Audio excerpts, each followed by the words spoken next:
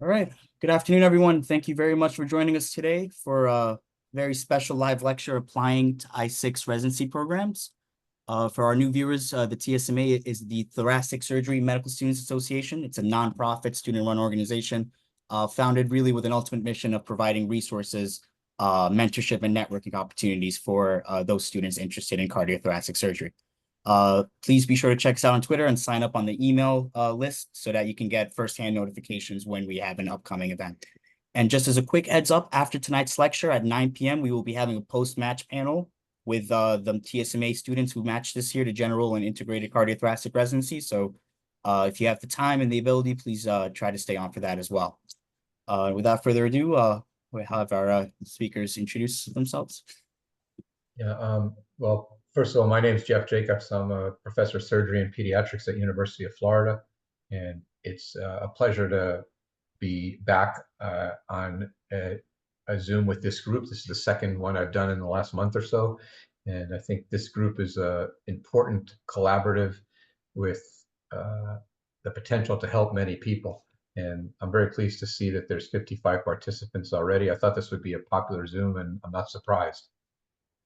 Our format for today is going to be that we are going to present data from an article that we published about this topic, and then we'll answer some questions. And the data will be presented by my co-presenter, Omar Sharaf. Omar just recently graduated from University of Florida Medical School a few weeks ago, and in a couple of weeks he's going to start as our first year in our UFI6 program. And I've known Omar for the past 4 years as he's worked his way through med school, did a gap year with us, where he was maybe the most productive research gap year ever done in the history of time. And now he's going to spend another 6 years at University of Florida with us in our I6 program. And I think Omar is a rising superstar, and he has clearly studied quite closely what it takes to match in an I6 program, and he's going to show some valuable data to the group, and then after that we'll have time for questions and answers. So with that, I will turn it over to Dr. Sharaf. Thank you for the kind introduction, Dr. Jacobs. Let me share my presentation here.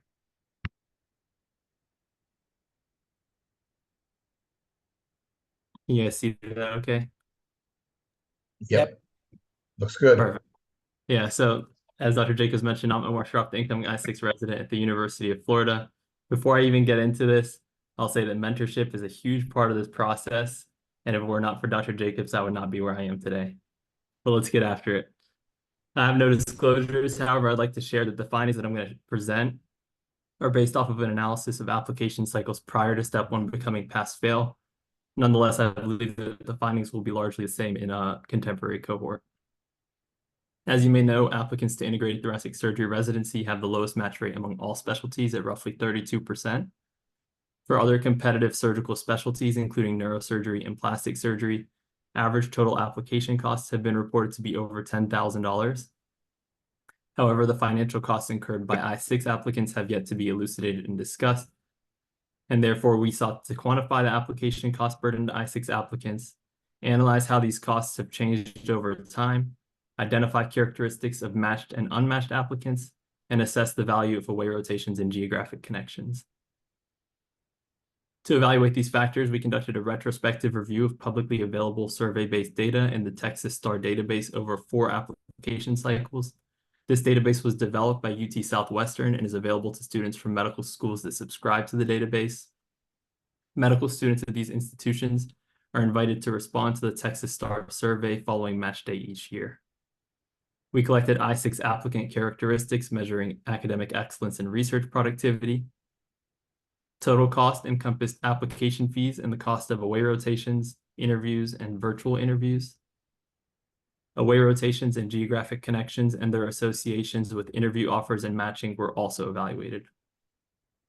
Notably, analyses of away rotations were excluded the 2021 academic year because away rotations were largely suspended due to the COVID-19 pandemic.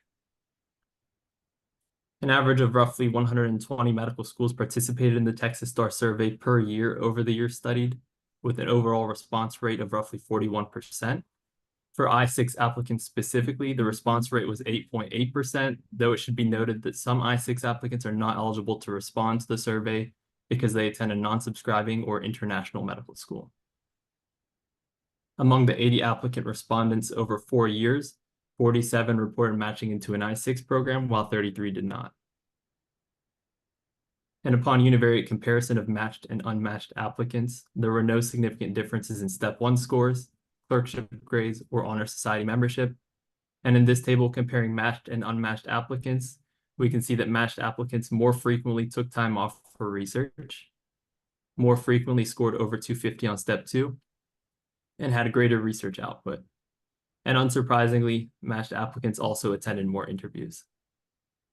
We additionally examined the probability of matching into an I-6 residency based on the number of interviews attended, and we found that increasing chances of matching with increased interview attendance, though applicants needed to attend at least 7 to 8 interviews to have above a 50% chance of matching.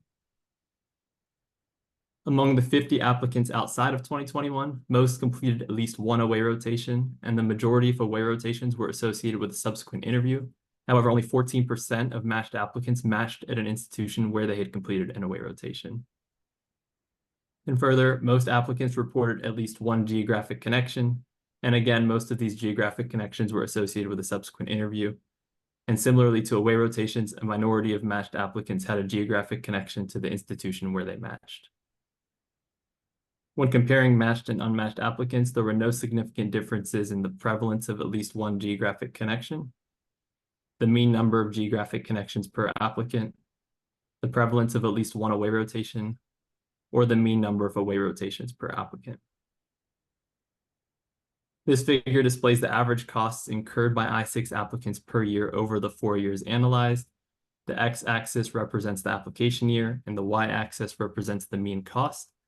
From top to bottom, looking at the left side of the graph, the orange line represents total cost, the yellow line represents interview costs, the red line represents away rotation costs, the blue line represents application fees, and the green line represents virtual interview costs. Average total cost in orange ranged from roughly $1,500 in 2021 to $9,000 in 2020. Interviews were the largest contributor to total cost in 2019 and 2020, while away rotation cost was the second largest contributor in these years.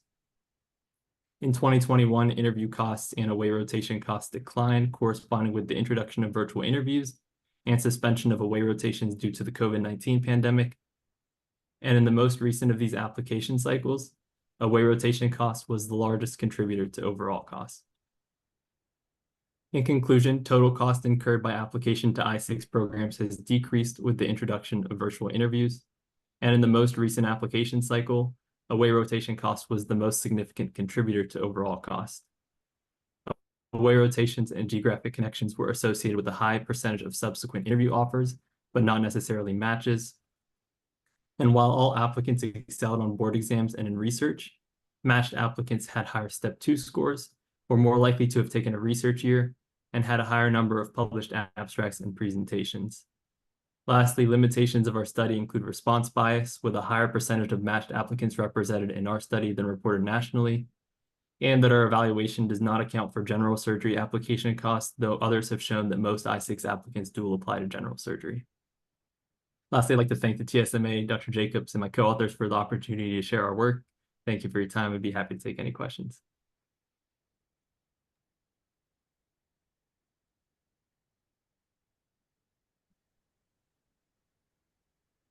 Thank you very much for that wonderful presentation, Omar.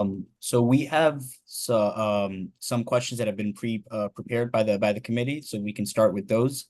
But if anyone has any questions, please put them in the chat or be happy. Feel free to unmute yourself and ask directly. But I think Andrew can prepare us with the first question. Yeah, actually, I'm going to start with a question based on Omar. Thanks for that great presentation and paper. It's really enlightening. I think we can all say that.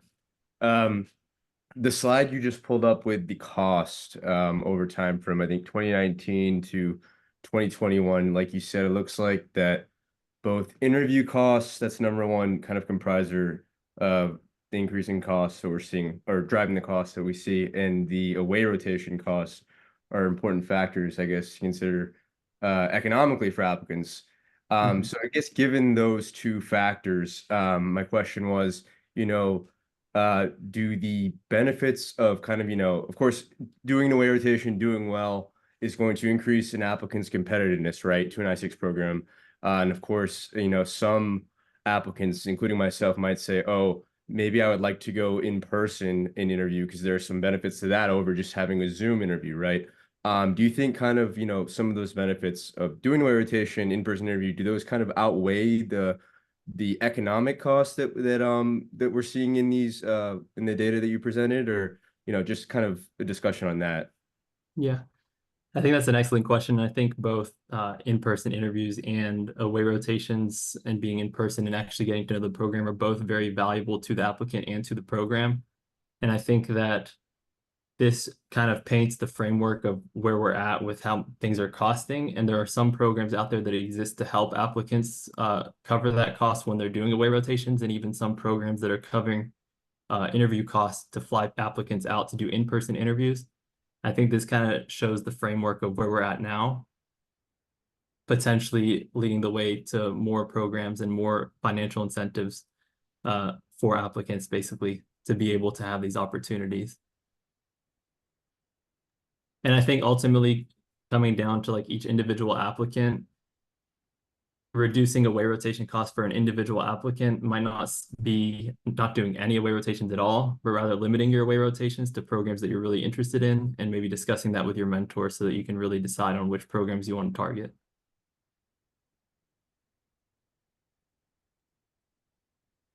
Sure. Yeah, that all makes sense. Dr. Jacobs, any comments or? Yeah, well, first of all, I would thank Omar for presenting all the data. I think those data provide a lot of valuable insights into what can make a medical student a more competitive applicant for what is the most competitive residency that exists. I think Omar did a great job of presenting the data. And as I said before, in my mind, Omar is a rising superstar. He's going to be a great cardiac surgeon. My guess is a great academic cardiac surgeon. I think that there's many ways to make a student become competitive for an I-6 residency. But realistically, this is a tough competition. And it's a competition that has less odds than any other residency that exists. The data that Omar showed demonstrates clearly that step 2 scores are important, demonstrate that research and publications are important, and demonstrates that taking a gap year to generate research is probably very useful. Regarding spending money to go away and do away rotations, I think it's a good idea to do those for a number of reasons. Even if it's not where you train, it is an opportunity to learn. It's an opportunity to learn from a different system, and it probably makes the candidate able to perform better on the interview, because the candidate has increased exposure and is probably more well prepared to answer questions on an interview about a variety of topics. So when people come to me and say, what do I think about away rotations, I recommend that fourth-year medical students that are interested in an I-6 program should do 2 or 3 away rotations at programs that have strong I-6 residencies, and that the best way to choose those programs is in a very direct one-on-one conversation with a faculty mentor at the home institution. Right. Yeah, I think those are great points, Dr. Jacobs. And also, I'd say away rotations also allow the applicant to see how different programs, I guess, conduct their training, right? So that's another thing to consider. Absolutely. Yeah, and you can pick and choose then, what you do or don't like. And yeah, I think that's great. Yeah, there's some questions in the chat. So from Brendan Wesley, thanks for the talk. Curious how additional degrees like PhD, MS, MBA, et cetera, were looked at, and how these factors may impact the matched versus unmatched rate. Yeah, that's an excellent question. And Texas Star does provide some of that data. And we actually were interested in looking at that data, but there just wasn't enough people who had additional degrees for us to actually be able to analyze it. Like there were probably fewer than 5 to 10 people who actually had additional degrees. So we weren't really able to consider that. Sorry that we're not able to answer your question there. Yeah, and that being said, although the data doesn't provide a useful insight, I would say that additional degrees like a master's in business or a master's in sociology or a PhD certainly help. They don't hurt. It's all about creating an overall package or portfolio that demonstrates the body of work that one has achieved up till that point in their life. And a PhD or a master's degree are contributory towards demonstrating the overall body of work. Clearly, one doesn't need to have a PhD, but it's not going to hurt. And most people with PhDs probably have some extra publications. So I would say that those degrees are helpful. I would also say that the majority of people who match in I6 programs do not have those degrees. So you don't need those degrees, but it's not going to hurt. And I also saw in the chat box that somebody has asked about the chances of a foreign medical grad getting into an I6. And I would say that it's definitely harder to get into an I6 as a foreign medical grad. It's definitely harder to get into an I6 with a DO rather than an MD degree, but it's not impossible. I know that at least one I6 candidate last year and one I6 candidate this year matched with a DO degree rather than an MD degree. And I think it's possible to match into an I6 as a DO or as a foreign medical grad if one is excellent in a variety of other areas. And it's probably harder, but it's not impossible by any means. Thank you for that response, Dr. Jacobs, and to the participants who are putting questions in. Just to speak about the away rotations a little more, well, when you have students that are coming and introducing themselves to you in your service, what are some things that you think might help a student distinguish themselves or perform well? And to that point also, how much knowledge do you, or foundational knowledge do you expect a rotating student coming in for an away rotation to have? And any tips on preparing for that? I'll comment in a minute, but I know where Omar did his away rotations, and I know his thoughts about those away rotations. So I'm interested in your thoughts about that, seeing as you did your away rotations a lot more recently than the away rotations that I did in 1987. Yeah, I think honestly the biggest thing with the away rotations is just showing up and being willing to work and always being available. So if there's a case going on, and if there is a case going on, be there, essentially. If it's going until 3 a.m. and they tell you to go home and sleep it off, go sleep home for an hour and come back the next morning ready to work. I think that was the biggest thing about making good impressions, was just always being there, always being in the OR, always being present, being prepared for your patients. So just start reviewing them, knowing them ahead of time. And the knowledge will come as you prepare for these patients over time. I'm sure my first away rotation to my last away rotation, the knowledge that I had was exponential at the last one, which also made it easier preparing for those cases at my last few rotations, because I had already reviewed those cases in my first few rotations. So although it might be a lot of work up front, it's worth it and it'll pay off in your later rotations. Yeah, I think that's very well said. I would, and I agree with everything you said. I would summarize it by the advice that I give to both my students and my two children who are one's in college and one's in grad school. I think the one sentence answer is that the currency of success is hard work. And on an away rotation, just like as an intern, just like as a fourth year, just like as a third year, being present, being actively engaged, and working hard have tremendous value. And the value of being present, working hard, and committing effort in many cases will overcome book knowledge and skills with a number 2 pencil. And the way to succeed on an away rotation, or as we called them in 1987, as on an externship, I think is to be present and work hard.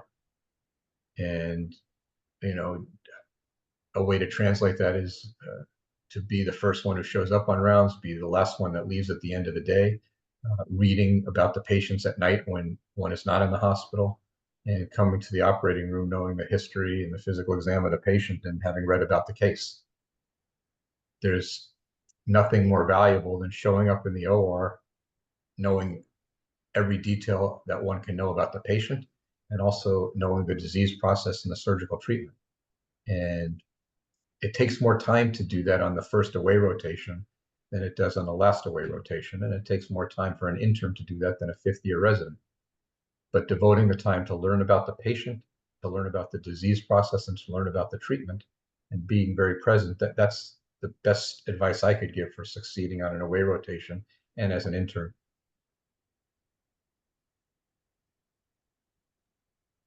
Thank you both for those responses. Another question in the chat. I was wondering what the quality of research seen in students who matched I6. Was there a focus on more CT surgery specific publications? Also, what kind of research were students who took a gap year involved in? Yeah, I see that. Okay, so again, you see, recognize that that's not necessarily in the analysis, but my thoughts about it. I think any research early on in medical school is okay, but as you get closer to your third and fourth year of medical school and get closer to your application cycle, really showing an interest in CT surgery is important. So having CT surgery specific publications is very important, at least towards the end of your medical school. There is some leniency in terms of students early on are exploring different specialties, but ultimately, as you're getting closer to applying, you need to have CT surgery specific research. And if you have CT surgery specific research from the beginning, that fares even better for you, because ultimately these I6 programs are taking a bet on one or two residents, and they want to make sure that they're going to get an applicant who's committed to the field and who's not going to leave their program and transition to a different residency program in the middle. And then as far as what kind of research for gap years, I'm assuming you mean clinical versus like basic science. For me personally, I did all clinical just because I felt like that was going to help me achieve my goals of getting publications and publishing meaningful research within a year's timeline. But there are some students who will do basic science research, and I don't necessarily discourage that. But I think having clinical research is allows you to show more tangible things at the end of your year. I agree. And I think a key strategy towards deciding to do a gap year or not is, if one decides to do the gap year, to partner with a mentor who will choose projects of a length of time that can be completed in the gap year. Right? There's it's not going to be as beneficial if one works very, very hard on a project that has a 4-year timeline before it generates an abstract or a publication. That's a great project to start working on as an intern in a 5-year general surgery program or in an I6. But if it's a 1-year gap year, one wants to make sure that one partners with a mentor who will choose projects that can be completed in the appropriate timeline. And that's an important discussion to have up front, because it's a year of your life. And it's important to make sure that that year is spent in a way that maximizes the opportunity. I think the other thing I would say is that anybody who partners with a mentor needs to go into that relationship knowing it's a two-way street.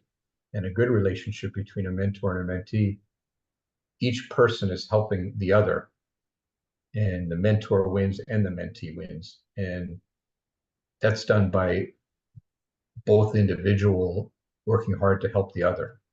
And then it's a two-way street, everybody wins.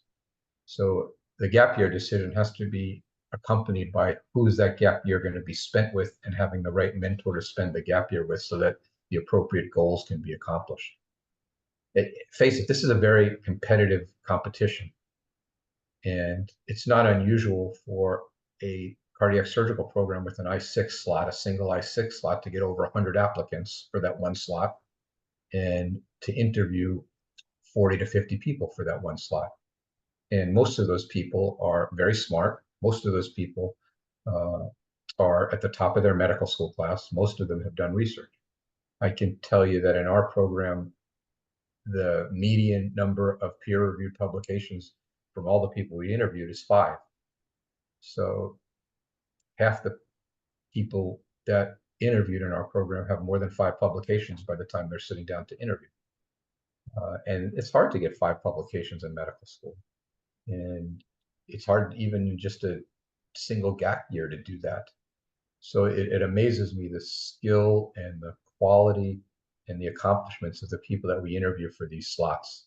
And I tell this whole story not to discourage anybody, because everybody should chase their dreams, but to have a realistic expectation of who the competition is and what they've accomplished, so that one can maximize their own portfolio and their own body of work in preparation for these interviews. And just a follow-up question I had too, based on that kind of, I know in the data, Omar, there's not, data on number of like first authors, maybe impact factor of journals, kind of those other like qualitative things for research. What are your thoughts, Dr. Jacobs and Omar, on, first author papers and high impact journal papers? How important is that in terms of research portfolio? And also, how about, letters to the editor, commentaries versus, original manuscripts? Well, they're all good. Mm-hmm. I with the students I work with, a phrase we often use is generating line items. Every one of them is a line item, and a little spot on the application where you list your publications. They're all line items, and one wants to do work to generate as many quality line items as possible.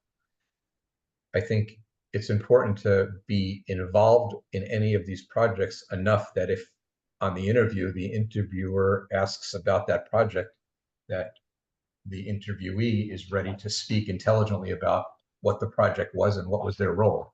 Because any line item that's listed is fair game for an interview.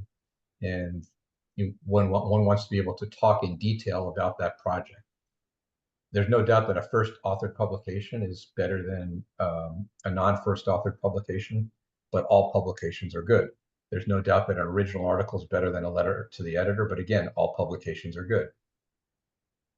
There's also no doubt that publications are better than presentations, and oral presentations are better than poster presentations. But again, every line item is good.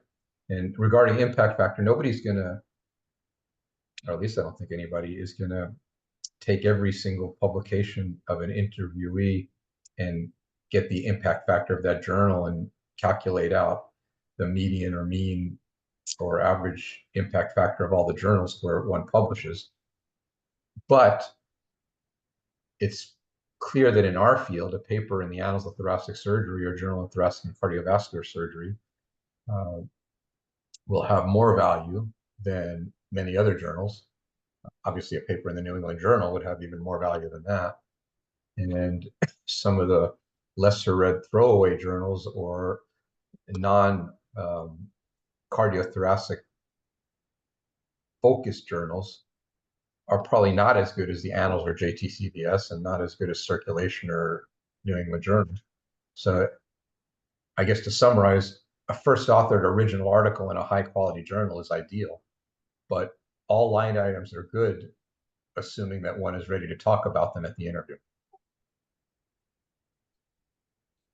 Yeah, I don't think I have much to add to that, aside from the whole reason that first author publications are important is because it shows that you're able to have your own project that you're able to take for all steps of the process of data collection, or even IRB writing, data collection, manuscript preparation, and through revisions to finalization.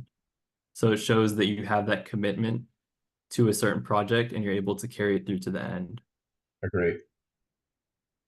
There's a question I just jumped away. I got to scroll back to it. I like this question. Here, this question, what are some effective strategies for getting involved in early career activities to pursue a career in cardiothoracic surgery? Specifically, what should I focus on during my second and third years to prepare for this field? Omar is a great example of that. And I know he's smiling now because he knows what I'm going to talk about. The best strategy that I could advise is to get to know the cardiac and thoracic surgeons at your medical school and spend time with them. Ask what time do they make rounds on a Saturday? What time do they make rounds on a Sunday? Is it okay if I tag along with you on rounds on Saturday? And it's hard because you're a busy medical student. You've got a million other things to do, and there's family issues. There's college football season. There's all sorts of stuff going on the weekends. But if one asks a heart surgeon, "What weekend are you on call, and can I make rounds with you this weekend?" I would say 98% of heart surgeons will say, "Absolutely, make rounds with me, and this is when I'm going to start rounds, and meet me at this place at this time on a Saturday," and then show up, be there, and persistently do it. And then maybe say, "Hey, when we're done with rounds next Saturday or the following Saturday, can we sit down for 15 minutes and talk about inotropes, or 15 minutes and talk about the Swan, or 15 minutes and talk about cardiac output?" And most heart surgeons will be willing to give up that 15 minutes on a Saturday. And that's how you can get to know the cardiothoracic surgeon. Once you get to know them and start spending time with them, then the relationship can naturally evolve into research opportunities, coming in the OR and shadowing in the OR, scrubbing on cases, maybe going on organ procurements. All those things can evolve, but the key is to meet the cardiothoracic surgeons at your medical school and get to know them.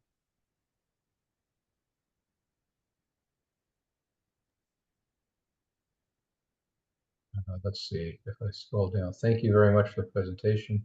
If one is looking into a research year, what is the best timing for that? For example, between third and fourth year of med school versus after fourth year. From what I've learned about this process, I would think that the best time is between third and fourth year of medical school. I've learned about this recently also. I spent the first 25 years of my career in private practice. I've only been in a medical school for the last 4 years. So I was a private practice surgeon for a very long time. But what I've seen in the 4 years I've been at University of Florida and interacting with med school students, I think the best time to do this is between third and fourth year. And I think the key is to, over first and second and third year of medical school, getting to know the cardiothoracic surgeons at your institution so that it evolves into a natural question. I'm interested in cardiac surgery. I'm considering doing an I6.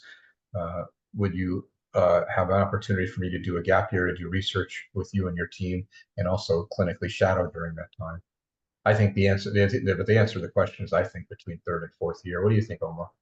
I 100% agree. In fact, if you're planning this ahead of time, I would discourage you from doing it after your fourth year, only because your applications are going to go in September.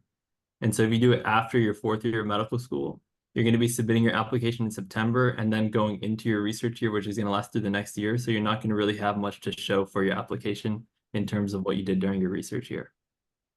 Yeah, and on top of that, it's certainly not beyond belief that the research that you do in the gap year and the abstracts that are generated might lead to presentations that happen during your fourth year if you do it in the gap between third and fourth. And some of the publications may actually be generated and listed on PubMed kind of in the fall of your fourth year, and then they can be added to your application. They can be discussed at your interview. And it just creates a more realistic timeline to have line items generated from your gap year.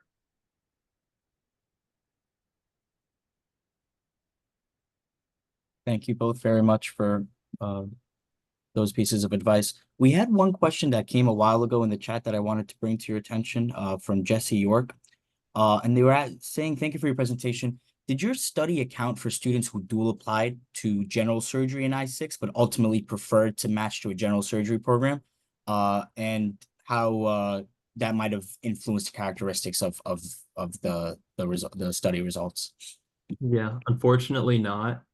I know that some of the literature previously has shown that students who dual apply general surgery in I6 and end up going into general surgery, a lot of those students actually don't end up going into cardiac surgery. But as far as our study specifically, we weren't able to look at that information.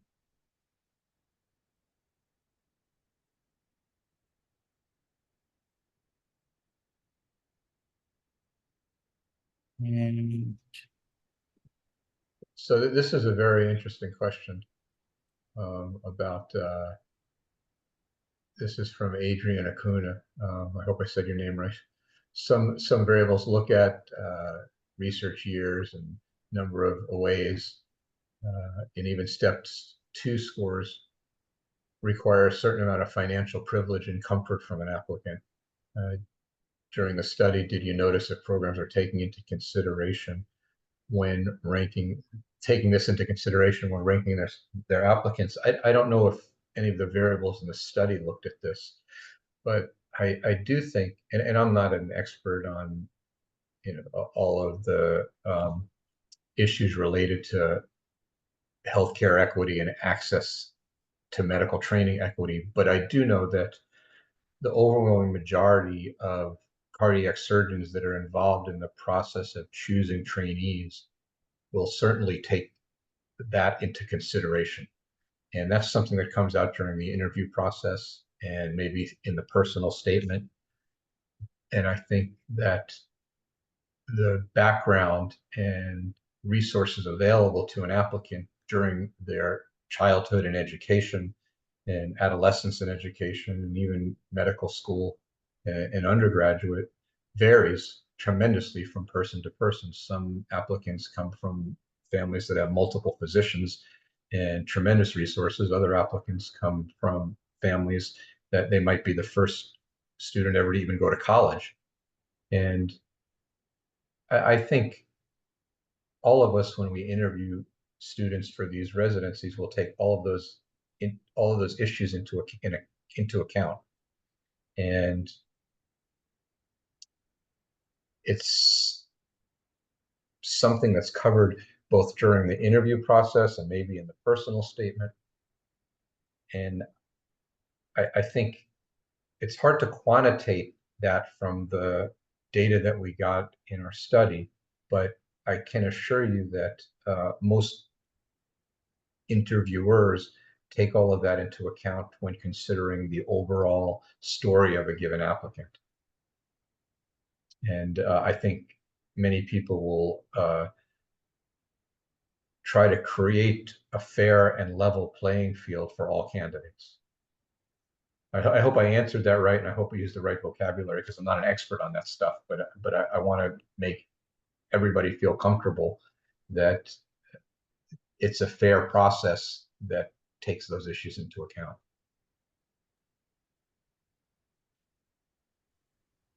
Let's see. Your study showed matched applicants more commonly took a research year, higher number of items. However, among matched applicants who did not take a research year, how did their research output look?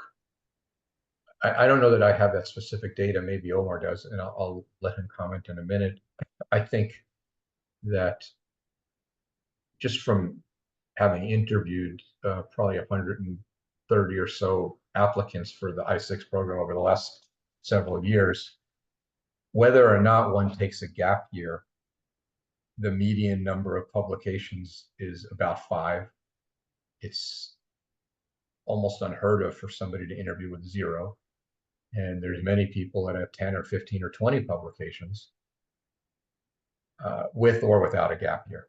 The gap year makes it possible, but many people achieve those objectives even without a gap year. I'm not quite sure how they do it, but they do it. Omar, what do you think? Yeah, I think so. We can look at that. I didn't look at it, but generally, if you're going to take a gap year, it needs to be a productive gap year. So I think if you take a gap year and then don't produce anything out of that year, that looks worse than going straight through and having a similar amount of publications. So that's my one thing about taking a gap year. As far as how did the research output look, I don't have that data directly available right now. Thank Yeah, you both. but I think it is important to know that basically all candidates have substantial research, whether or not they did the gap year. And it amazes me, actually. Is there any merit to the notion that program directors don't like seeing applicants who dual apply? I think most program directors know that anybody who's applying for an I-6 is going to be dual applying to general surgery. It's kind of crazy not to. So I think for all I-6 program directors, it's expected that people are dual applying, and it's not a surprise. You take it the other way around. What about general surgery program directors? What do they think when they hear that this is somebody who's also applied for an I-6, and how does one handle that question during an interview? I think the best advice I could give there is to be honest. Don't try to hide it, because you don't want to get caught in a lie. So, if one is asked, are you also applying to I-6s?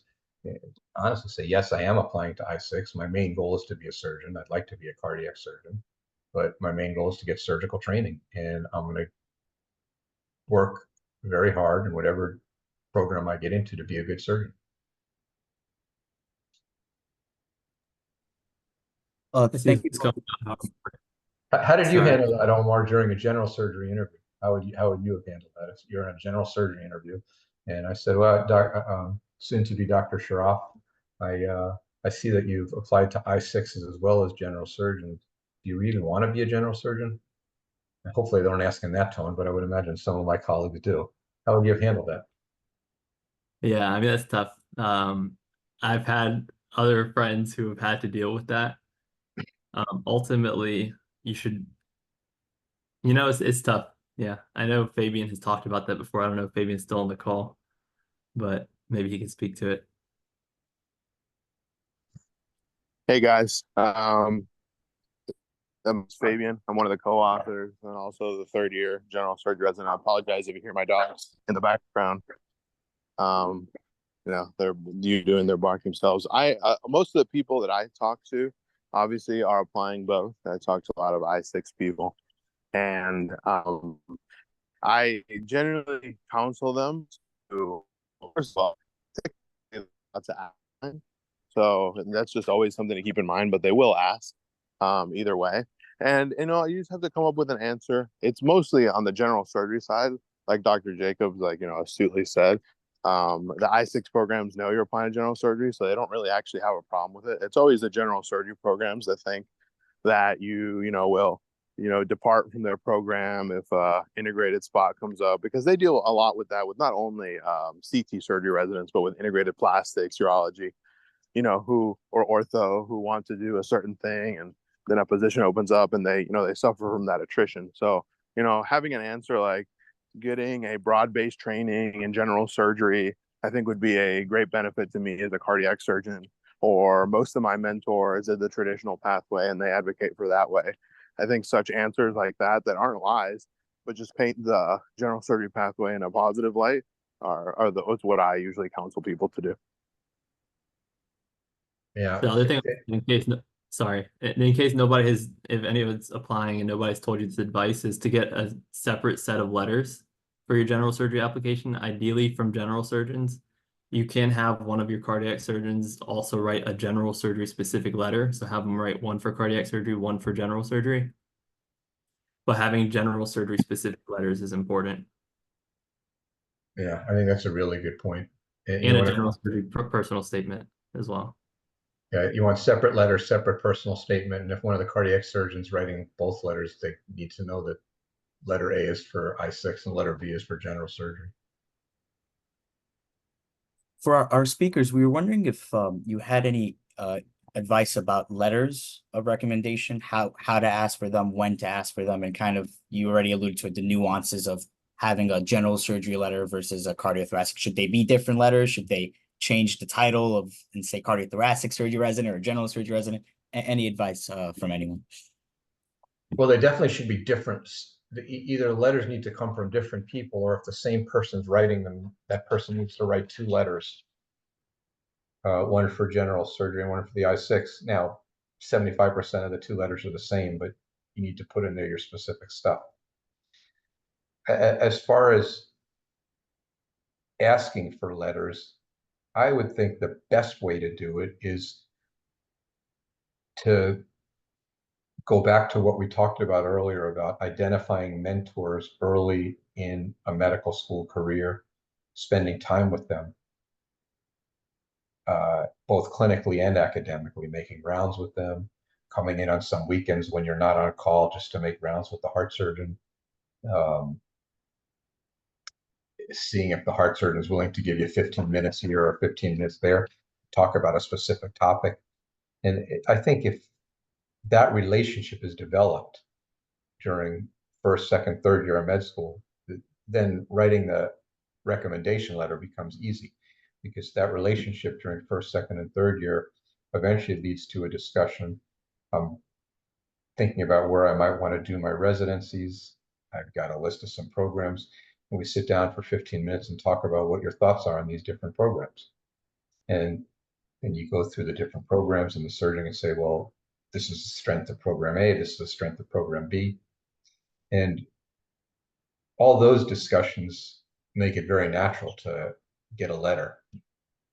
You know, asking somebody cold for a letter without doing that preliminary work can be uncomfortable and probably isn't going to lead to the same kind of letter. So I think the best advice I have for asking somebody to write a letter is establishing the relationship over several years, so the letter is a natural thing. Mhm. Omar, what do you say? Yeah, I agree with that 100%. It should come naturally at that point. You should kind of know from the relationships you've developed over the years, kind of who you're going to ask. And I think they'll have a sense as well that when it comes to that time, you'll probably ask just from the relationship that you've built with them. But ask early so that they have time to write it. And then in terms of like the composition of your letters, most people will say to get at least like 1 away rotation letter if you do an away rotation, just because I guess the general thought process from the applicant side, maybe Dr. Jacobs can comment on this, but the general thought process is that other programs expect your home program to write you a good letter, and they want to see that someone from another institution who worked with you from a kind of independent perspective is able to vouch for you as well. Yeah, I think that's good advice. I think getting a letter from an away rotation is very useful. And I think also getting letters from more senior faculty within the home institution, if possible, is ideal, because the interviewer at the different hospitals might know who they are, or they might not know the first or second year or third year attending. And it's clear that it's easier for a medical student to develop a relationship with a first, second, third year younger attending, because they're closer in age and probably they're around the hospital a little bit more. But if possible, getting letters from more senior faculty is useful, because if the interviewer knows the person who's written the letter, that's very helpful.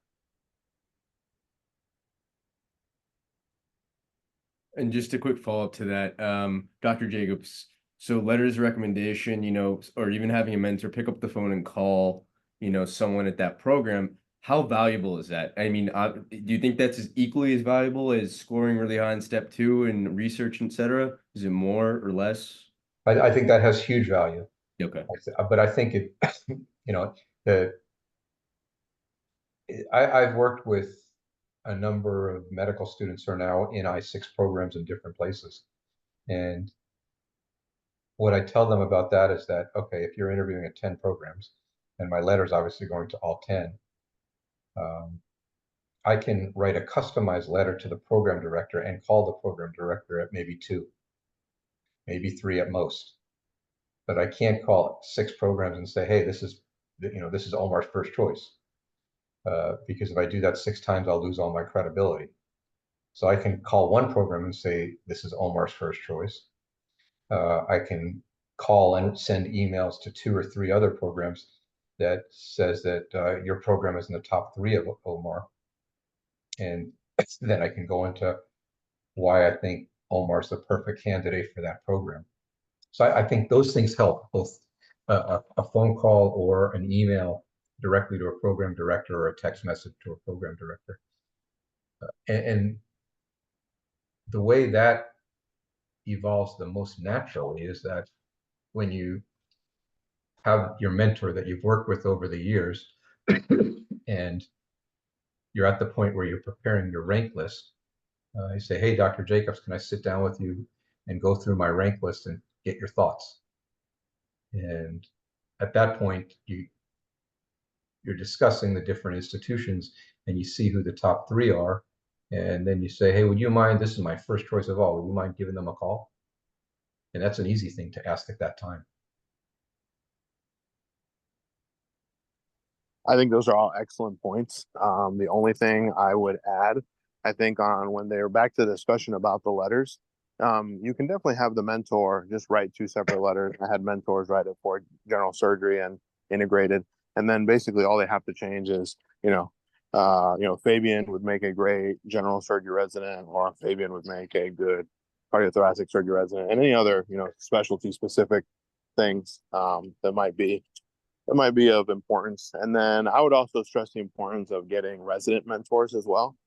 These like mid-level mentors are really good because they're more similar in age to you, so they understand kind of like the process of applying and some of those early training issues and problems that might differ from the different institutions. So talk to them a lot, and they'll be a really good resource for you, as well as the older faculty, but just in a different capacity.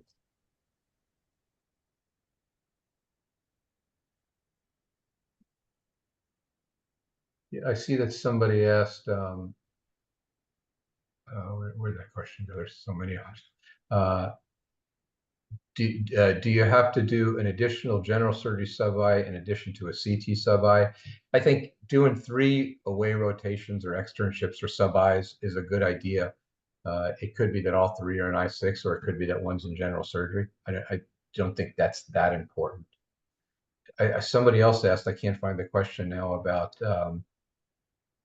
if it's mandatory to do an away rotation at a place to get an interview, and I think the answer to that's no.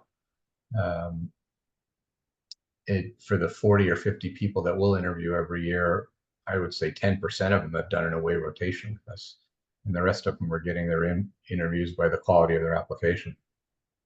So it's not mandatory to do an away rotation to get an interview. It's smart to do an away rotation at what at that time are your top choices, because it probably increases your likelihood of getting it. I see a question about, is there a disadvantage to completing aways after your application has been submitted? I don't think so. I think it's actually, it's still a great opportunity to get to know that specific program. It might not help you with necessarily other programs because you won't be getting a letter from that program for other programs.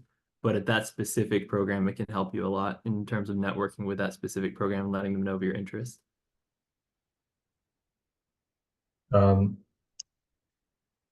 I see. Thank you for your very detailed piece of information. In a perfect world, would an interviewer even consider a DO or an IMG for this highly praised spot? I think if 2 people are absolutely equal, and one's an MD and one's a DO, it's going to go to the MD. I think if 2 people are absolutely equal and one's an MD and one's an MD from a foreign medical school, I think it's going to go to the local medical grad rather than the international medical grad. But I think that if one has a solid overall package, it's very possible to get an I6 either as an international medical school grad or as a DO. I know that I know of 2 people with DOs that are training in I6s now. One of them that is training in one of the best I6 programs in the country. So it's certainly possible. It's just harder, and it takes more.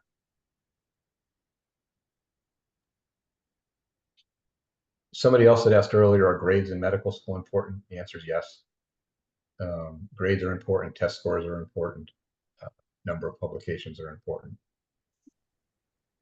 Yeah, our study didn't show a difference between matched and unmatched in terms of grades, but it's because like 90% of all applicants had like an honors or A in surgery specifically. It didn't talk about any of the other specialties.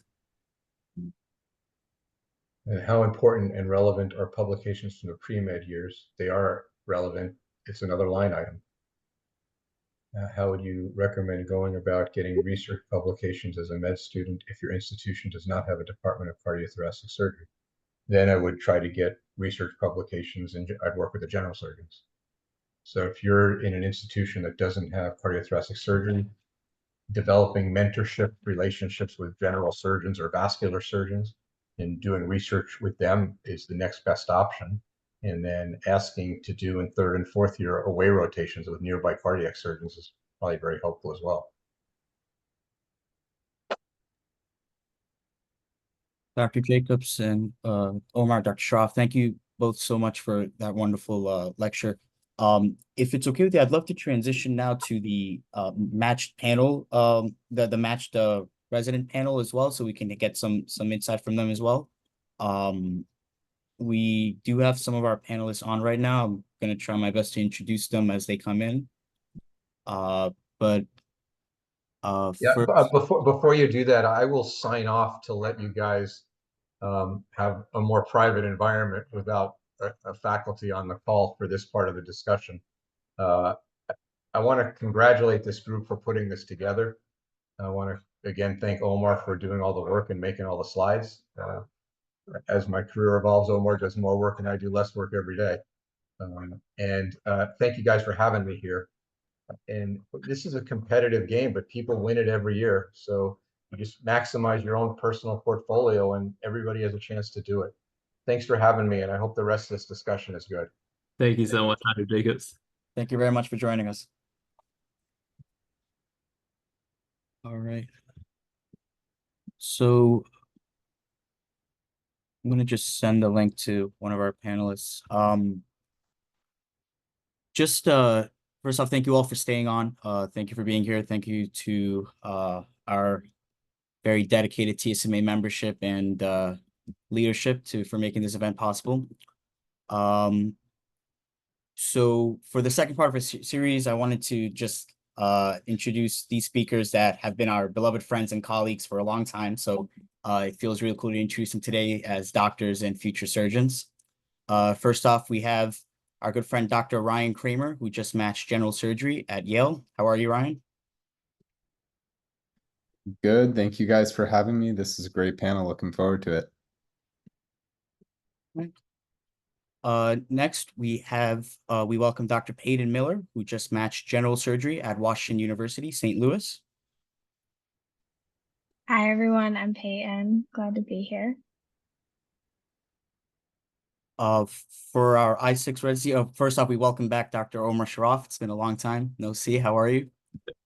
Doing great. Great to be on the call. Thanks, Adam. We also have Dr. Austin Hitchin, who just matched I6 at Baylor. Congratulations and welcome, Austin. Hey everyone. Thank you for the invite. We also welcome Dr. Savannah Gellert, who just matched I6 at Cedars-Sinai. Welcome. Hi, everyone. Thanks for having me. Excited for this panel. We have our TSMA treasurer, Dr. Benjamin Shu, who just matched I6 at Stanford. How are you, Ben? Hey, thanks, Adam, for hosting us. Good to see you guys. And we also have El Presidente, Dr. John Trefoils. I'm not sure if he got in yet, but I think he's about to join now. I just sent it to him. Yeah. Right. But Dr. Trefoils matched at the Mayo Clinic. So we're gonna wait for John to join. And I think he joined. Hey guys, I just joined. Sorry for the delay. How you doing, John? Good. Yeah, sorry I'm in the car right now. I'll turn my camera on when I can, but happy to join and thank you guys for the invitation. So we would love for this to be as intimate as possible. So please, to our students, I know a lot of people were putting questions in the chat before. Feel free to unmute yourselves and talk and ask your questions directly. But just to kind of get us started, for each of our panelists, and we'll go in order, starting with Ryan. For first off, just how did you decide on whether to rank general surgery or I6 higher? And kind of walk us through your process and how you ended up where you are, if you could, as comprehensively as possible. Ryan first. Sure. So I'll start off. Yeah, so I'm in a general surgery program. I only apply general surgery because my interests are in thoracic surgery, especially thoracic surgical oncology. I talked a lot to my mentors in general thoracic about I6 versus Gen Surg versus the 4-3. And ultimately, what I ended up deciding and got feedback on was that for those interested in cardiac, those interested in cardiac, it's a really great pathway to go through the I6, but those interested in general thoracic, getting experience using endoscopic and robotic methods in general surgery, taking care of patients with cancer in general surgery, that pathway is like a potentially superior and tried and true pathway. So that's why I decided to apply to Gen Surg programs only. There are a few 4-3s that you can apply in from med school, though the majority of them are you match general surgery, and then while you're there, you can apply 4-3. The exception being University of Alabama, you can apply straight into their 4-3, and I think Vanderbilt, you might be able to apply straight into their 4-3, but I might be mistaken. So I decided to apply general surgery with a special interest to 4-3 programs. I really like general surgery programs where I had the opportunity to rotate in CT a decent amount. So for example, my intern year, I do 3 or 4 weeks of cardiac. I'll do some thoracic time. So that part was really desirable to me. So I would just point out that there's a decent amount of heterogeneity in general surgery programs. And so as you're going forth and applying, it's worth thinking about, is this a general surgery program where I'm going to exclusively do general surgery, or am I going to handle some of that CTICU, some of that CICU, some of the cardiac floor, thoracic floor as well? Thank you for that response, Ryan. John, any insight?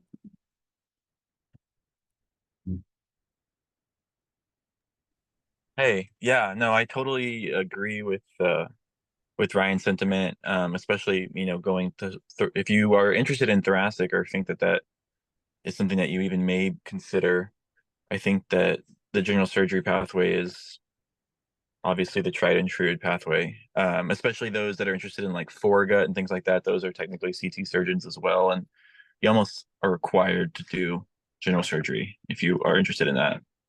I'm more interested in cardiac, but I still think that that probably applies. I really liked the 4-3 programs. I applied to both, and I think that the I6 programs, there's a lot of amazing ones, but it just happened to work out best for me personally, actually. Like I couples matched with my wife. She was doing integrated vascular surgery, and so we did an away rotation at Mayo and just kind of both fell in love with it. I think that could have happened for an I6 program. I think I'd be happy at a lot of different I6 programs. But I think that the 4-3 is what I'm hoping to do. I'm still just a general surgery intern, but I'm hoping to do the 4-3 program, which is, like Ryan said, something I'll apply to next year, very informally. It's not like the ERAS type of application at all. But I say that just to sort of emphasize that your personal situation and what works best for you can be a lot of different things. It doesn't have to be I6 or 4-3 or general surgery. I think sometimes medical students get a little too hung up on the exact pathway, and I think that it's probably less important compared to the training that you get and the life that you want as a trainee too. So those are my thoughts. Thank you, John. Peyton? Yeah, honestly, I'm in a very similar boat to John. I was couples matching. My partner applied into neurosurgery, and so we cast a pretty broad net. And we're from WashU and loved both of our respective programs and knew a lot of the people. So that was definitely a factor. And I think honestly, at the end of the day, my list, I went back and forth between whether an I6 was my number one or whether a Gen Surg was my number one. And my list went, Gen Surg, I6, Gen Surg, I6. And for me, it was the program that I was looking at and not necessarily the pathway. And so, I could have absolutely gone either way. Like John said, I definitely could have seen myself being happy in an I6 program, being a cardiac oriented person, but I could also see myself being happy in several of the general surgery programs that I interviewed with. And so that's where my list ended up. I know a lot of people who were cardiac oriented felt that they wanted that I6 pathway. And so they ranked all I6s before any of the general surgeries that they interviewed at. And that's, like John said, it's a personal decision. It's what feels right to you and what you want out of your training. But I think you have to look really particularly at what each program offers individually, because a lot of the I6 programs look very similar to the general surgery 4-3 pathway at the end of the day, and what rotations you do, what your services you're on, and how you get there. And so I think it's just giving each program its individual credit and considering what you want personally. Thank you.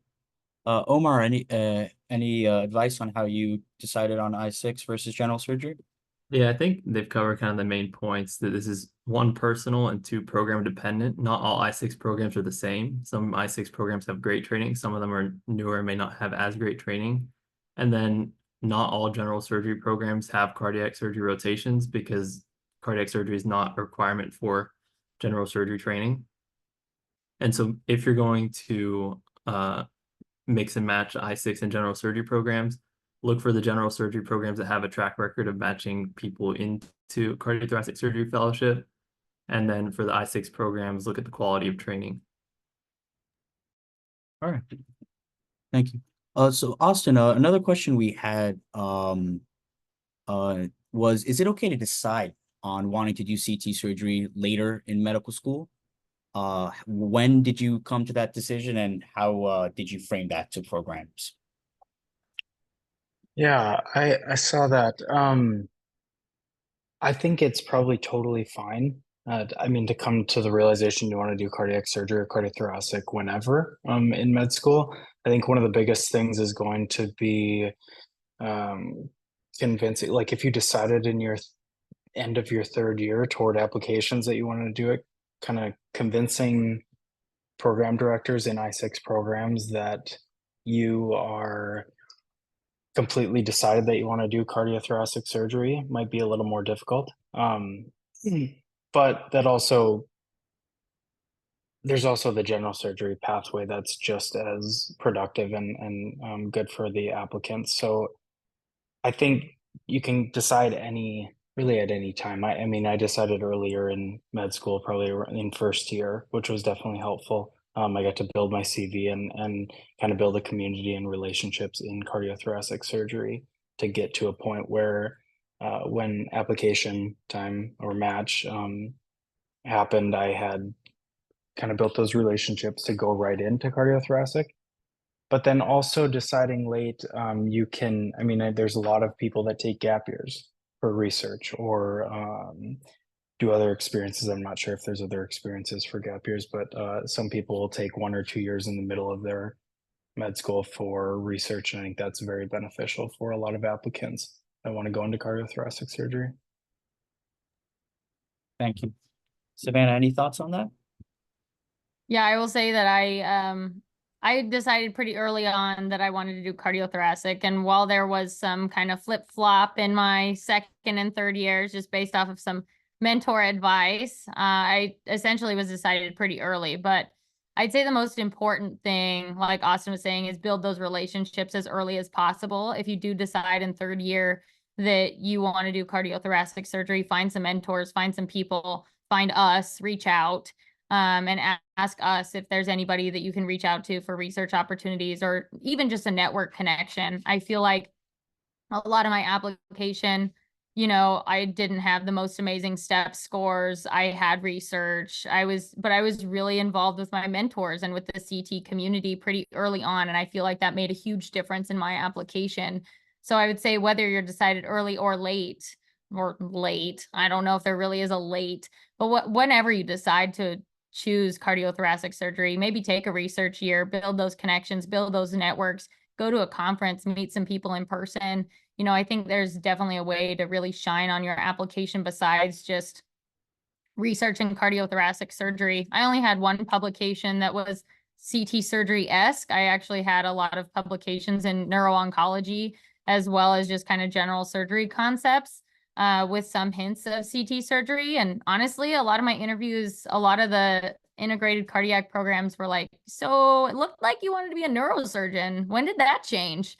So, I mean, even though I was really committed early on, my CV really, it kind of hid that. So I think there's a lot of ways to shine besides just your CV, and just be a good person, stand out as a person. I think you'll do great. Yeah. With that being said, I think there's a big difference between like deciding late that you want to go into cardiac surgery from general surgery versus like deciding late that you want to go into cardiac surgery from PMNR or something, or internal med. So I think there's a lot of leeway there if you're interested in general surgery and all of a sudden you realize like during your sub-Is that you're like, oh, I love cardiac surgery. I think there's a lot more understanding there. Thank you, Savannah and Austin. Ben, we have a question in the chat from Aya, asking about what are your recommendations about applying to the same program for both the I6 and the general surgery, and also any other tips on dual applying? Could you speak on your experiences with that, if any? Yeah, of course. So I did dual apply. I sent an I6 application to around 17 programs, I believe, and roughly the same for Gen Surg. The number of interviews I got for Gen Surg was a little bit depressing. And so I think there is definitely a bias at some institutions. Other institutions, like Duke, UW, NYU, a lot of these programs which have I6, 4.3, and Gen Surg seem to be a little bit more willing to consider a cardiac applicant. One that really stood out for me was Duke, and clearly my application screamed cardiac, but as long as you made a reasonable effort to tell them, Gen Surg isn't a backup for me, but here are the reasons why. I mean, even as someone about to start an I6, I could list a few legitimate reasons why Gen Surg might be better for some people. And so I think that is the most important thing when it comes to dual applying. Your essays should be specific to each program, obviously. It was a little bit easier for me since the bulk of my personal statement had nothing to do with medicine directly, or it was like experiences that were broadly applicable to, like if I applied to like IM, it would have been the same thing. And at the very end when I wrapped it up, oh, this is the reason why I want to go into I6 or Gen Surg, followed up by a few concrete reasons. I think that was pretty helpful. With that being said, I didn't have too much success on the Gen Surg side, just purely from an interview standpoint. So I think just be prepared for that. Maybe someone could speak to, if your application was very thoracic heavy, it might be a different answer. But for a very cardiac heavy application, it's not that I didn't get any Gen Surg interviews, but it was probably half the amount as the I6s. So I know at Stanford, there's like a kind of there definitely is a bias, and no one tries to hide it.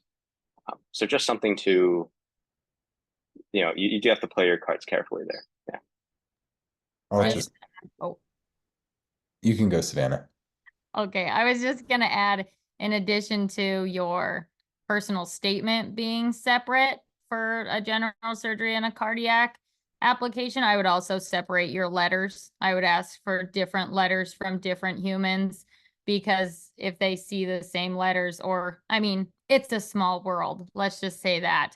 Everybody knows everybody. So, if you have all cardiac letters and you're applying to a general surgery program, that's definitely going to, sound some alarm bells versus if you have purely general surgery or thoracic letters for a general surgery application, and then you use all your cardiac letters for your cardiac application. And I will say that also, in addition to preparing yourself for just kind of interview season and things like that, apply broadly. I would say apply to a good number of general surgery and, you know, if not all of the cardiac programs, you know, a majority of them to just increase your chances. But aside from that, be prepared that there are programs that you're like, I'll definitely get an interview to that one. Like, it's like a safety net program. I'll definitely get it. You might not get it. And you might get some more competitive programs. You might be surprised with your interview list, is what I'm trying to say. And that, you know, I didn't get very many general surgery interviews at all. Like I got 5, you know, and I relied on my integrated programs to carry me through. So just, there are some curveballs, but prepare yourself for the curveballs, apply broadly, and just present yourself as best as possible by splitting your application as well as you can.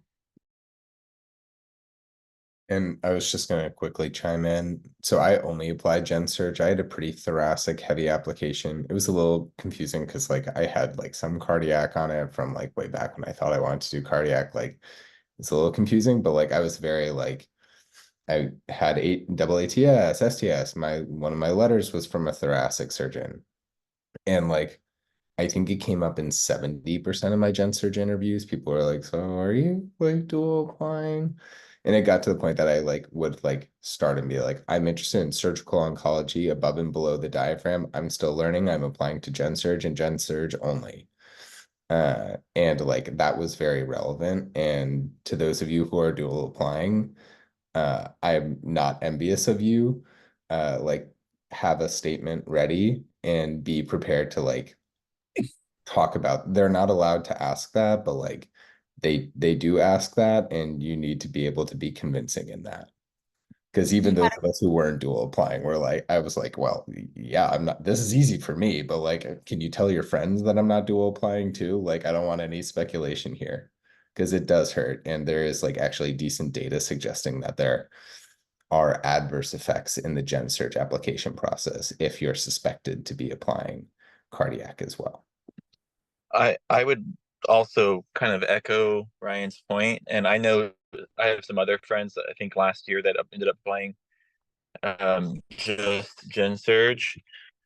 And I would say, like, you know, if you're really worried about your competitiveness for I6, you know, say you do apply late, and this might be controversial advice. I'd love to see what other people think, but you know, if you really don't have, I mean, you feel like you have a strong I6 application, then it may be, some people have found it to be worth it to just do general surgery, you know, because if you can say, honestly, I am not dual applying, you know, even in your personal statement somehow or some way on your application, I guarantee you'll get more interviews because everyone here, you know, we're all competitive people that if we were not applying I6, I guarantee you Savannah and Peyton and Austin, Ben and all of us would have gotten more, and Omar would have gotten more general surgery interviews, you know, by the numbers, but we just didn't because we were so obviously dual applying. That's just what I wanted to chime in. Even being general surgery only, I still like I remember there was one interview that was pretty like I wanted and I didn't get, and I was like, oh damn it, like I was like pretty excited about that one, and like I didn't even get a wink from him. And I told the attending, and he was like, oh yeah, they don't interview people they think are like interested in CT. They just decide to stay clear of all of it. And I was like, okay, well, like I'm not going cardiac. Anybody who's seen my hands know I'm not going cardiac. So Thank you all for those insightful questions and responses. We had some discussions before about personal statements and preparing separate ones, but just as a general question, and I think perhaps Ben, you could start us off with this. What was your process like when you were sitting down to write your personal statement and, you know, really telling your story on one piece of paper? to these programs? What take us through your framework and any tips or things you would have done differently or the same? Yeah, sure. Again, this is going to be like a highly personal thing for everybody going through, like, what do you want to convey? I had a athletic background or career, I guess. And, I, for a while, like, I've known that there are a lot of parallels between high performance athletics and medicine, and especially a surgical specialty. And so I knew that that's what I wanted to talk about. That made everything really easy for me. So I don't know if I'm the best person to ask here, because I feel like the personal statement for me was like largely a, not summary, but drawing parallels between highlights of athletics and lessons learned and personality and character traits that one must develop in athletics, and bringing those out in a way where someone reading it in 30 seconds can see, oh, like this guy has what it takes to not only get through training, but also have this career. And so structurally, it was 60 to 70% just talking about non-medical things. So just talking about sports. And then in the middle, it was kind of a transition to, well, this is what my life was like before. And here's how I found these things helpful to not only after I picked a career, but also, in choosing the career that I wanted to pick. Medicine, of course, and then also something like CT, where really it's highly technical. You need to be able to get yourself out of tough situations, think on your feet. And it's a very, very steep learning curve. And that was a big similarity between the sport I did and this field. And only at the very end did I really talk about the specifics of why integrated, like 90% of my interviews were integrated. So I'll just talk about that. Why integrated CT? Why did the lessons I learned as an athlete, why do I think they can translate? And kind of my future vision for myself, career-wise. I wanted to stay in academic surgery. And so that's something that I made sure to highlight, especially since a lot of the programs I was aiming for, here especially, are very highly academic. And so I think my general advice is to focus on one thing, maybe not one particular characteristic, but focus on either something significant in your life or something interesting about you. I think personal statements get a little bit boring and repetitive when you start trying to make it into a rehash of your CV. Like, oh, I did research and this taught me this. I did sports and this taught me this. And, I played an instrument and this taught me this. And that was, it's paragraph after paragraph. So I really encourage you guys. At the end of the day, I think 80% of personal statements are probably the same. But if you want to be in that top 10%, I'd try to focus on details surrounding one theme, one consistent theme or one consistent thing that you want to highlight. Do any of our other panelists have any advice? Just to add on to that, mine was definitely different. I did focus a lot more on kind of the stories and cardiac surgery and the impact that it had on me in making this decision. I had a touch point for fly fishing and the loss of my father, which I think really impacted my decision to go into medicine.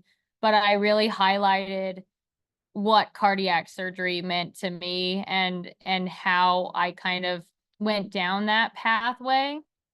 In a more detailed sense. Like I talked about patients that I had met on my away rotation. I talked about patients that, really made an impact to me, and how cardiac surgery is a lot of loss, but also a lot of light, and that the impact that we can make on patients is really impactful. And at the end, I did talk about, that I wanted to do academic cardiac surgery and that that was my focus, but mine was definitely more focused on cardiac surgery. And I will say, you know, a personal statement it's personal. Like Ben said, like this is something that it's your statement, it's your story.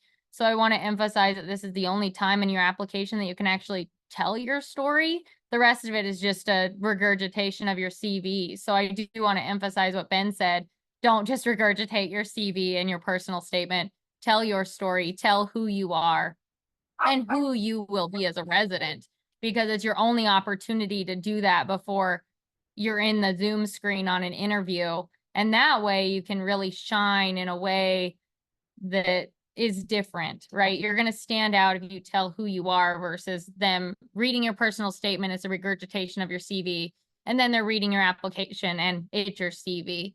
So really take the opportunity. I will say in tackling a personal statement, just word vomit first, tell your story in a bunch of word vomit, and then go and edit it.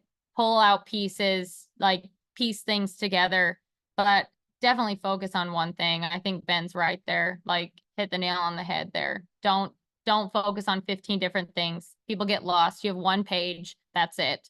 Tell your story, who you are and who you'll be as a resident and why cardiac surgery, and it'll be great no matter what you write. And it's for you. It's your personal statement. Thank you both. So we could gladly keep you guys on here until midnight, but we do want to be respectful of your time. I'd like to ask one last question, and anyone can feel free to comment on it. But just in your own words, why do you think your application was successful? And what would you have done the same? And looking back at it, what would you have done differently? Don't all jump to answer at once. I can give a first thought. So one thing that we liked that we would do again, and one thing we'd do different, maybe. I feel like that's probably pretty condensed. I think one thing that helped my application a lot was like the early interest, that I had shown, and I had contributed a lot to it, so like submitting and presenting papers at AATS and STS and ICLT, which I've done with like practically everybody on the panel at some point. I think that really demonstrated the interest and the commitment to the field. That's one thing that I would really recommend trying to do, is getting with some sort of research group or something that is conducting research at a level that will be accepted into AATS and STS. If you can make that happen. I know that's difficult, and it's not always at your own institution. One thing that maybe I would do differently, and this is also sort of like dangerous advice, is like my wife and I, like I said, we were doing couples match. Like we worked our asses off, like so much, to the point where I'm like, I probably could have taken a few more days off. You know what I mean? Like, and I don't want to say that now, because we were at this point where like we were publishing a lot and doing a lot of stuff like that. And so if you're not at that point, then keep grinding. But at a certain point, there have been people that I've talked to that I'm like, you could probably just chill for the rest of the year and like you'd still have a super impressive application. I've been jobless for the last 6 months, and that changes on Friday or Monday. So, maybe it's just that fear talking. But that would be my advice too. So, yeah. Anyone else? I would have saved my $700 and applied only I6, honestly. But in terms of actual advice, I totally agree with John. And I think it's like to one of the earlier questions in the panel of, what do you do if you do discover a CT interest relatively late? And I think really taking the time to get to know, all the mentors that are available to you, which I know is not always easy, especially if your institution isn't one of the, high-powered CT centers. That I think is really, really important, because at least for an I6 application, who writes your letters is pretty important, for better or for worse. This might not be true in general surgery, right? So in gen surg, my understanding is that, the quality and content of your letter may matter more than, if it's a chief of some famous institution. I think for cardiac, I mean, obviously you should try to have both quality, and I guess prestige, but knowing people really does help, since cardiac isn't like, once you are in an I6, you're in it, and there's really no way out, right? You can't decide, oh, well, I'll do colorectal surgery or something. And it's really a big commitment from the institution as well. They want to hear from people that they trust. For one, are you, I guess, first, not terrible from a technical standpoint, and also two, do you have the personality and character to be able to gel with all the attendings and residents there for, here it's like almost a decade. So I think having that mindset when you do your rotations, when you craft your application, and certainly when you interview, I think that'll make you stand out. Just like be a really good, wholesome person. A little bit vague advice, but yeah. I think something that I was glad that I did was get very specific about my goals. You're asking people to invest in your training, and it's easiest to do that when you're pitching like a specific product, and that can help guide what you want to do during your time in medical school, your application itself.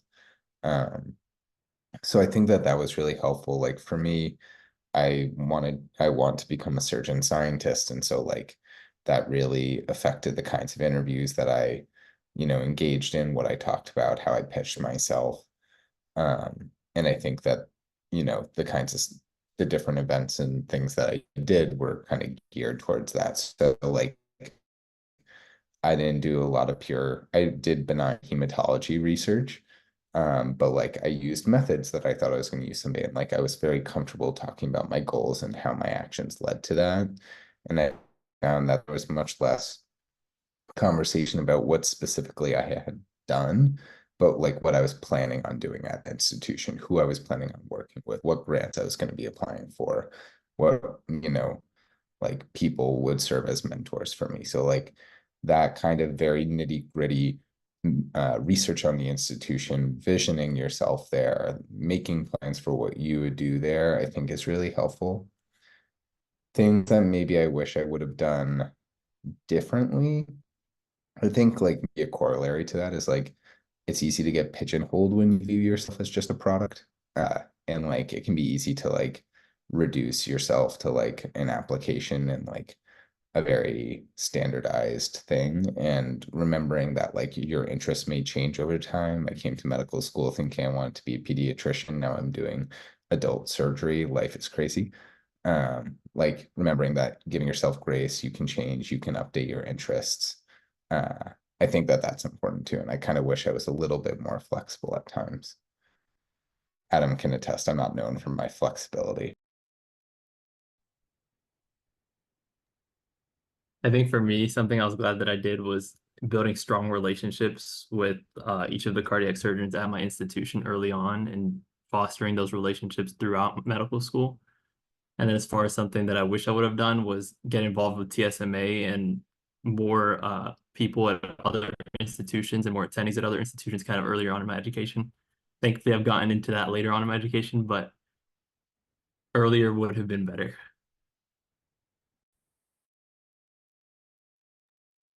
I would just going off that, like relationships are huge, and this is a small field. A lot of people know each other. And like what Ben was saying, people like to hear from people that they trust, but people also like to know you. And one thing I wish I had done more of was go to the conferences that John was talking about. Whether or not I was presenting, being there and building your network and meeting program directors from all the other places so that they know you before your application ever crosses their, desk goes really far. Like having had my name out there and, talked to some program directors, even if it's very, very brief, then you get to the interview phase and they're like, oh, hey, I know you. That's great. I've seen you around. I've seen you in this space. And that goes a really long way. So those really deep relationships with your mentors that you build, but also the ones of just building the network across the board. And that goes far in the rest of your career as well. Yeah, I would second the kind of building connections and relationships. I think that's one of the biggest things in the field because the field is so small. Everyone knows each other. And if you can build good enough relationships that people close to you are willing to reach out and put a good word in with program directors or CT surgeons elsewhere, it goes a long ways, especially if there's someone that those faculty at other programs trust and know really well. I think that's really helpful. And then for I6 programs, I think it really comes down to like, can you demonstrate that you're dedicated to the field? Like, have you shown that, or how can you verbalize that to the program? And then is there some way that you can show that you've gained enough knowledge or experience of the field that you can reasonably say that you're gonna, like, you want to go into CT surgery right away? Like, you don't necessarily need those years of general surgery to decide that. I just want to emphasize the people. I think the thing that carried my application was my people, my network, friends, whoever to support me through the application process. Honestly, it goes way further than a research publication. I know that probably doesn't sound good, but honestly, your people matter. Rely on them and, build those connections early. Go to the conferences. It doesn't matter if you're presenting. Go and meet people. And really, seriously, Peyton has a huge point there. I went to STS for the first time in person this year and honestly made such incredible connections and networks and friends who I'll have as colleagues for the rest of my life, which is really important and super valuable. I think another piece of controversial, wish I would have done advice was to do at least one more away rotation. I only did one away rotation, and I think doing at least a couple is really beneficial just because it gives you insight into the program itself and the types of residents that you're going to be working with. I think gaining that additional perspective is really valuable. If you have a CT surgery program at your institution, I think you're definitely like blindsided, that's how CT surgery works at an institution, but other institutions do work differently and do function differently. And I think it's so valuable to see that perspective and how different teams work together and how different hospitals function and how you'd see yourself fitting into that institution. I think a lot comes through on interviews virtually, which I was actually really pleasantly surprised by. But I also would have reached out to more of the residents earlier on and gained more insight and advice from them from each of the programs. I think I started on that pretty late in making my match list. And I think if I would have reached out to more residents earlier on, I think it would have given me a lot more insight into programs and cultures that would have made making my list a little easier than I made it on myself, because a lot of the programs sound the exact same and they all blend together by the end of it. That if you just had one personal connection and one additional conversation with a different resident at a different program, I think it helps make your list a little easier so that hopefully you don't have as much stress and heartburn as I did when I made my list. And one more thing, Adam, I'm sorry to cut you off. When you are making your list, protect yourself. And I guess that just means like prioritize what you want out of a program. I think it's so easy to hear a program director say, "Oh, well, I think you would be a great fit here," and they will butter you up, and I would just encourage everybody to, sit down with your friends or partner or just by yourself and think about what you find important and try to not let what you think other people's perception of you, try not to let that sway your decisions, because I think at the end of the day, what applicants want and what programs want are not necessarily the same thing, and programs want the best applicants and they want to maximize their chances of finding the best applicant. So don't let the sweet words of people sway you. Thank you, Ben. And thank you all for really sharing very personal and raw insight today. I see a lot of you have already put your emails in the chat. Please feel free to do that if you haven't already, so students could send their inquiries.